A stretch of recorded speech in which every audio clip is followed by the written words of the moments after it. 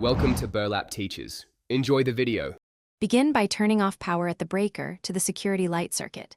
Confirm power is off using a non-contact tester at the fixture. Set up a stable 12-foot ladder on level ground and position it directly beneath the light. Put on insulated gloves and safety glasses before climbing the ladder. Lay out replacement bulbs and tools on a small drop cloth near the ladder base. Allow 10 to 15 minutes for hot bulbs to cool before touching them. Climb the ladder slowly while keeping 3 points of contact at all times. Support the fixture housing with one hand while you open the access cover with the other hand. Open the cover slowly to avoid the assembly dropping or rattling loose.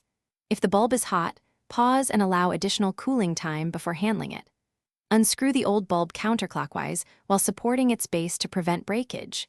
Inspect the socket for corrosion, debris, or loose wiring before proceeding.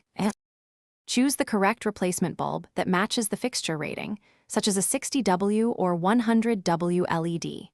Insert the new bulb into the socket and twist it clockwise until it is snug by hand. Do not over-tighten. A firm hand tightness prevents damage to the socket.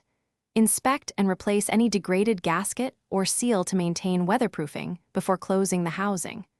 Reattach the access cover securely and lower the ladder carefully. Turn the breaker back on and test the light with the wall switch and motion sensor. Thanks for watching. Consider subscribing if this video helped you.